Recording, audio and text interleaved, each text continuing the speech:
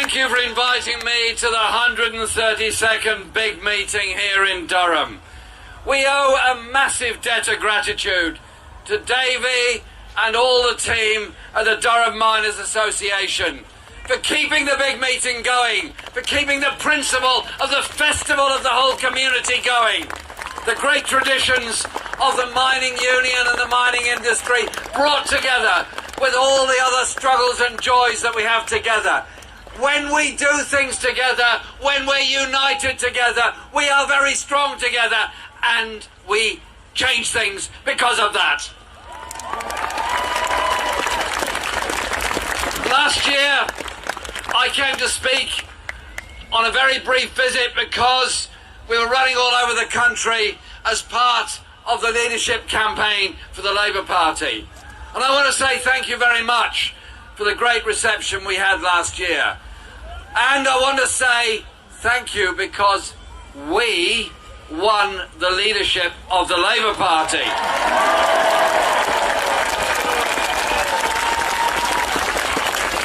It was a victory for everyone who believes in a really just society.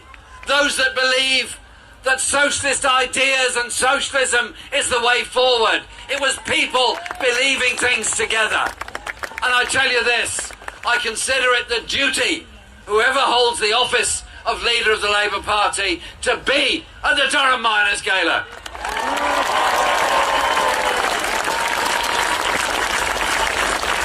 And so we will all be here together when we have elected a Labour government in Britain.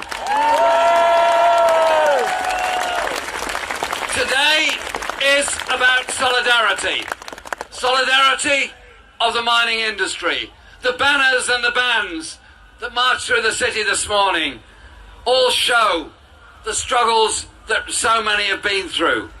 For recognition, for safety, for justice. Those miners who died in unnecessary accidents because the greedy pit owners weren't interested in safety, only in profits they could make from the coal. Those banners are etched with sadness and with the shame of those that made so much at the expense of the lives of so many miners. And we're here also to commemorate the 1984-85 miners' strike. As Davey said, we had a solidarity movement all over the country, and indeed all over the world, supporting the miners in Britain. There's some unfinished business to do with the miners' strike. The unfinished business of those disfigured communities and lives that have been left alone and passed by and forgotten by the greed of successive governments, particularly the Tory governments. It wasn't just an industry they wanted to kill, it was the strength of the community coming together that they couldn't stand.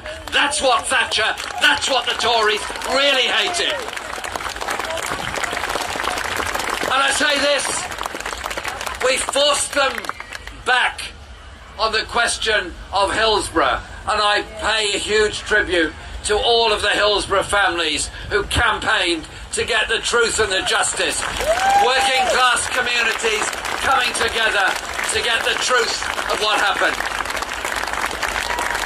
And those in the GMB and other unions that fought back against the blacklisting of workers because trade unionists stood up for fellow workers.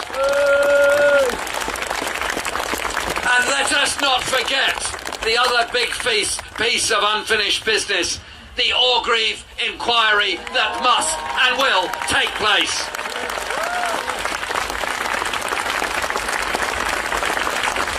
The miners' strike taught us a lot. It taught us a lot about how ordinary people living in poverty in inner city Britain, starving in mining communities, or in great trouble elsewhere in the world, recognised the struggle of the mining communities and came together with support, with money, with food, with solidarity, with all of that. And so it is a great tradition of the big meeting that there are international speakers. And I was so pleased, and I'm so proud to follow my good friend Napoleon Gomez in what he said on behalf of the miners of Mexico. He cannot go to Mexico because it's not safe for him. He's not allowed there. He leads the union from exile. But such is the faith in him and the union of the miners of Mexico, he is re-elected time and time again. And he gave you all a warning of what happens when big business decides it will run the trade system of the world. The enfranchisement of global corporations through NAFTA is exactly what is being planned through the Transatlantic Trade and Investment Partnership. We don't have enemies who are working in factories and mines in the USA and Mexico or anywhere in Europe. They're our friends, they're our compatriots, they're the people we share solidarity with.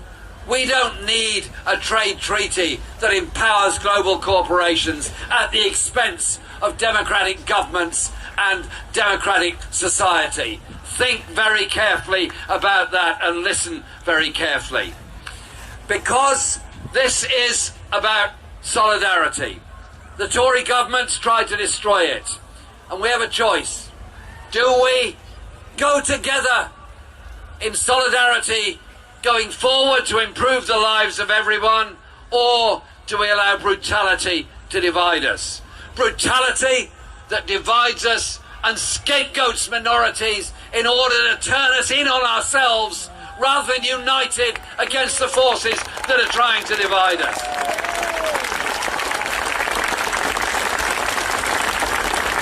There is much that's very brutal in modern Britain.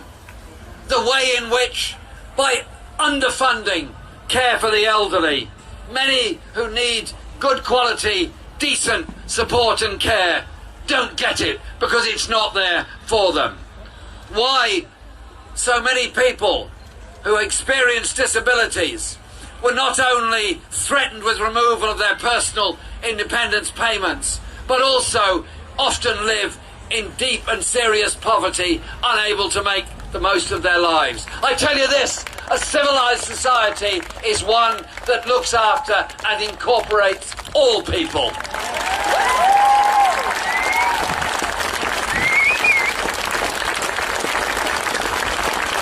We have a DWP system, a welfare system that is brutal in the extreme. This government that forces people out of their homes because the rents are too high and the benefits are too low.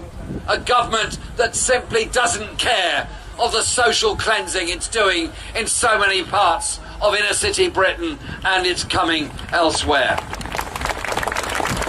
We defeated the Tories when they tried to take away working tax credits. 3 million families are £1,000 better off this year because of the opposition we, all of us, the big we, mounted against it and defeated them. And this government knows a thing or two about how to try and divide people. If you took a map of modern Britain and coloured it in with the areas of greatest poverty and the areas of greatest wealth, and overlaid it with a map of the areas that have suffered the greatest cuts in support for local government expenditure with the areas that have had the least, they would be exactly the same. The poorest areas are being cut the most, the richest areas are being cut the least.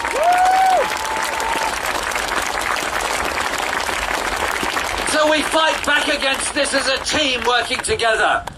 And it was an honour last night, as it was today, to hear Tim and Dave talk about the teaching assistants and the struggles they're going through. And I echo what Davy Hopper said.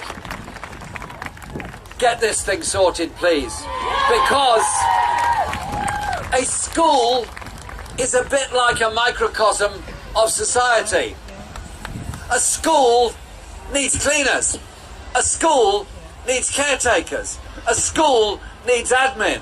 A school needs assistants. A school needs teachers. A school needs a head teacher. Don't divide us up.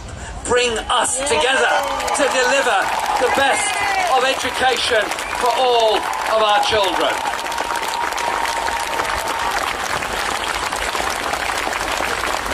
This year, the economic and welfare policies of this government will drive, wait for this figure, another 200,000 children into poverty.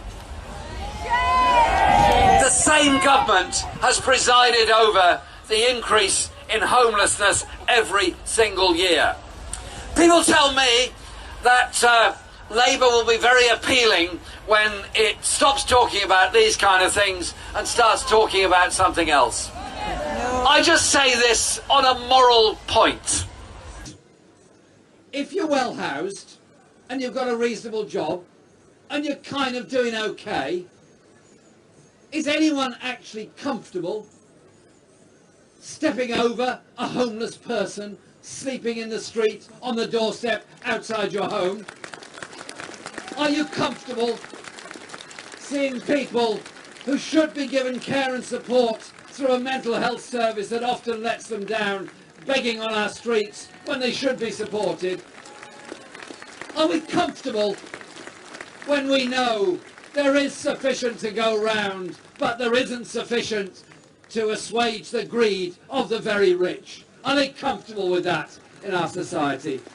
You and I know the answer to that. The greatest single achievement of this movement, I believe, was the creation in 1948 of the National Health Service. Healthcare free as a human right at the point of use for everybody. There's something humbling about going into a maternity unit in a hospital, seeing a newborn baby, and the first thing that newborn baby is given is their NHS number. Free healthcare for the rest of their lives. Doesn't happen in the USA. Sadly, doesn't happen in Mexico. It doesn't happen in many parts of the world. Because we as a movement have elevated the principle of care for all to the unitary principle that everybody should care for everybody else.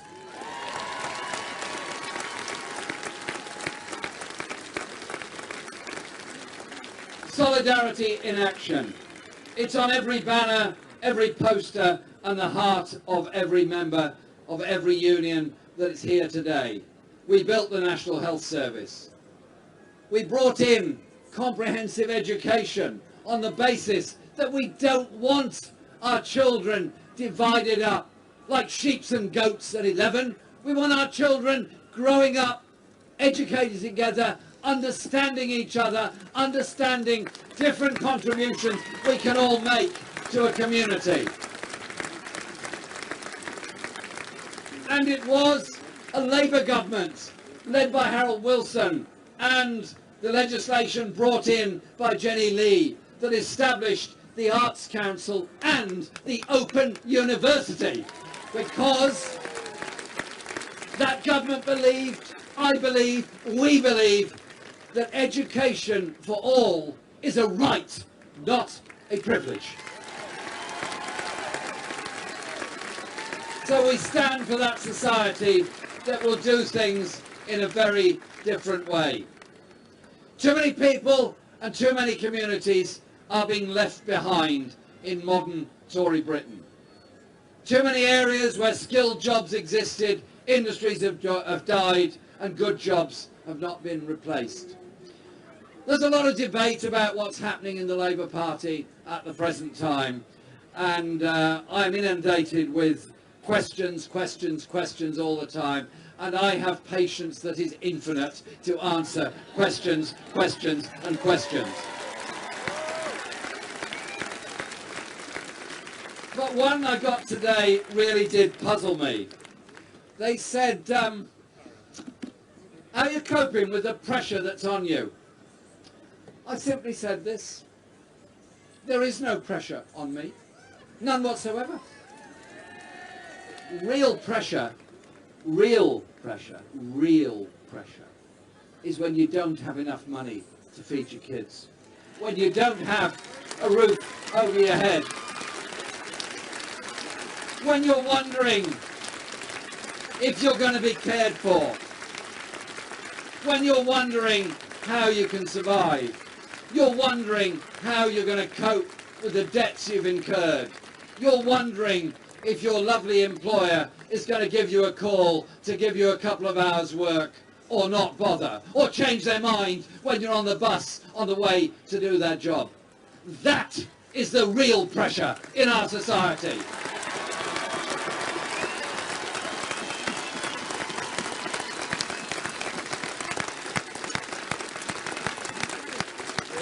For those people struggling on low pay, struggling on 0 hours contracts, not knowing what's coming from one week to the other, not knowing if they'll be able to pay the rent, not knowing if they're going to be homeless, not knowing if their children will end up in care.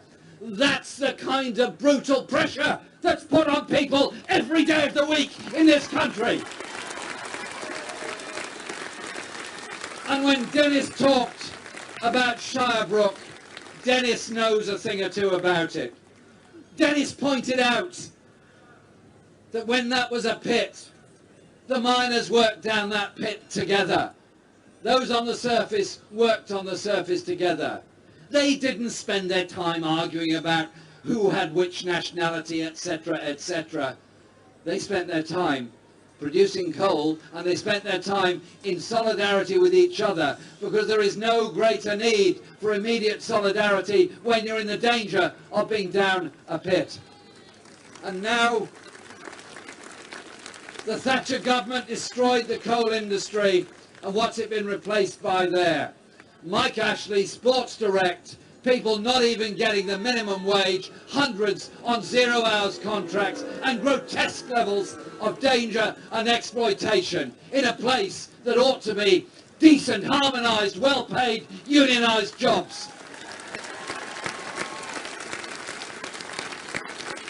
So if anybody says that unions don't matter, think of the parallel of the great struggle to found the National Union of Mine Workers, to bring together the area associations, and the way it brought about national pay bargaining and national conditions. I say to anyone who thinks a union is not for them, one day you might have an accident. Sadly, it might happen to you. One day an employer might be unreasonable towards you. You're then going to need a union. Don't wait for that day. Join now.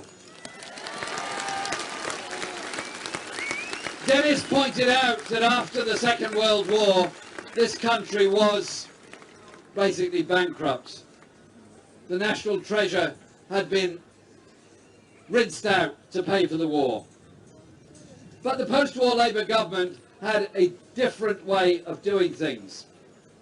It said, we have to build a society where everyone matters.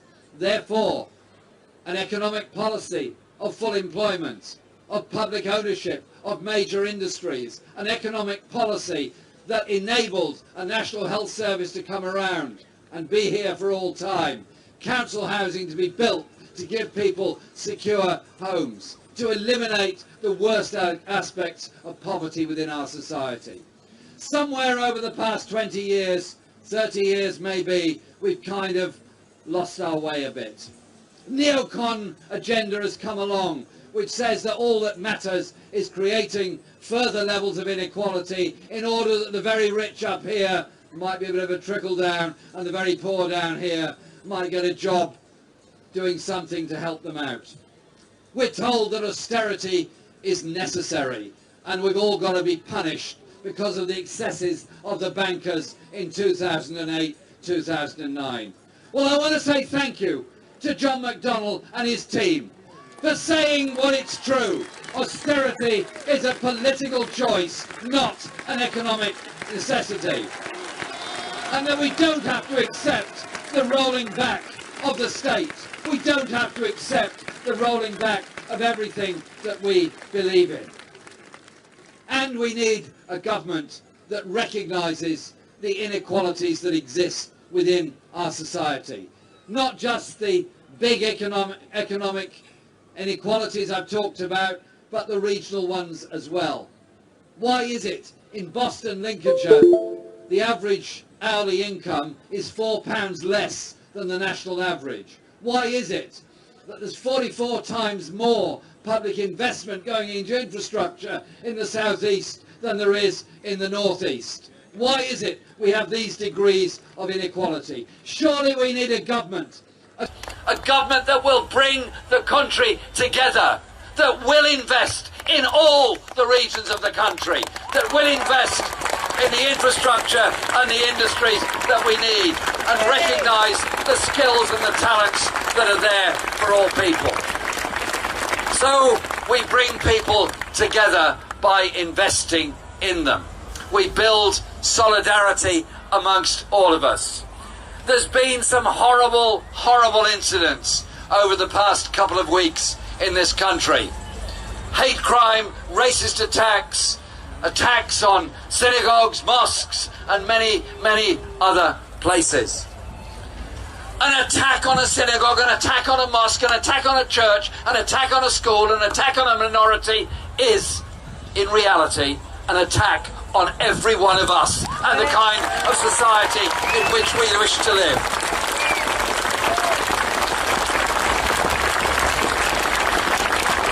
Prejudice doesn't build a school, doesn't build a hospital, doesn't create a job. Prejudice and that degree of racism only encourages more prejudice, more hatred and more racism. Our movement was founded, our movement exists to bring people together in order that they could achieve justice for all, not just the few. So we invest in people's skills, and you best invest in people's skills not by cutting college education or increasing university fees, instead by recognising that everybody has skills that need to be developed. And when somebody is trained as a good doctor, a good engineer, we all benefit because we all get better services as a result of that. So we need a government that invests through public investment in new technologies and new industries and has its basis on sharing wealth. We cannot be a civilized society until we eradicate the scourge of the depression of high unemployment, of underemployment, the scourge of children living in poverty, of pensioners having to choose between heating and eating in winter, of people not knowing what their hours of work will be from one week to the next. Democracy is something we fight for, something all our forebearers fought for, to gain the right to vote. There's a complete line of connection between the Great Reform Act of 1832, the Factories Act of 1840, the Education Act of 1870, the National Insurance Act of 1908, the National Health Service Act of 1948, the Equalities Act of 2010. These things happen because people are empowered through democracy. Our movement is fundamentally based on democracy and the right of our members to make a choice of the direction in which our unions, our movement and our party wants to go. We recognise our solidarity in struggle. We recognise the need to defend our human rights and the human rights of others all around the planet. So we don't walk away from international obligations on human rights. We strengthen them because strong human rights helps to prevent war and helps to prevent the disfigurement of so many people's lives. And we work for the concept of a society, a community where everyone matters. Every child deserves security, health, education and the ability to expand their imagination. Ours is not just an economic endeavour and an economic set of principles. It's about the way we live and about the genius that's in all of us. In art, in music, in poetry, in culture, in thought, in theatre, in song, in dance. Look at the miners' banners today, the art that was on them and is on them. Look at the music we heard today and the genius that's within that. So our society is also about ensuring real cultural freedom for everybody to gain that expression. That's what brings us together and helps us to create a better and stronger society. Davy finished on a very important point. I was brought up to believe that our job was to do our best in our life. Our job was to try and make the world a better place during our life, that our children's generation would have a better standard of living and more opportunities than we had. And they in turn would do the same for their children. The onward march of using and harnessing science and technology for the good of all, not the enrichment of the few. And so why are so many of our young people being told, sorry, but there might not be a health service there for you, there might not be sufficient pensions there for you, you might be deeply in debt because you tried to get an education. The exciting thing about the current period in Britain, in Europe, in the United States and in many other parts of the world is that so many people reject absolutely that whole economic model and want to build a sustainable world, a culturally strong world, a world where the wealth is created and shared as a result of it. Those that fought for the miners' unions in the 19th and 20th century to gain that recognition and gain that safe working conditions and so many other things did an amazing job. And as a previous speaker said, yeah, the mines may have been closed, but that spirit of unity, that spirit of doing things together, that spirit of community lives on in the hearts of every one of us here today at the Durham big meeting for the 132nd time. Thank you very much indeed.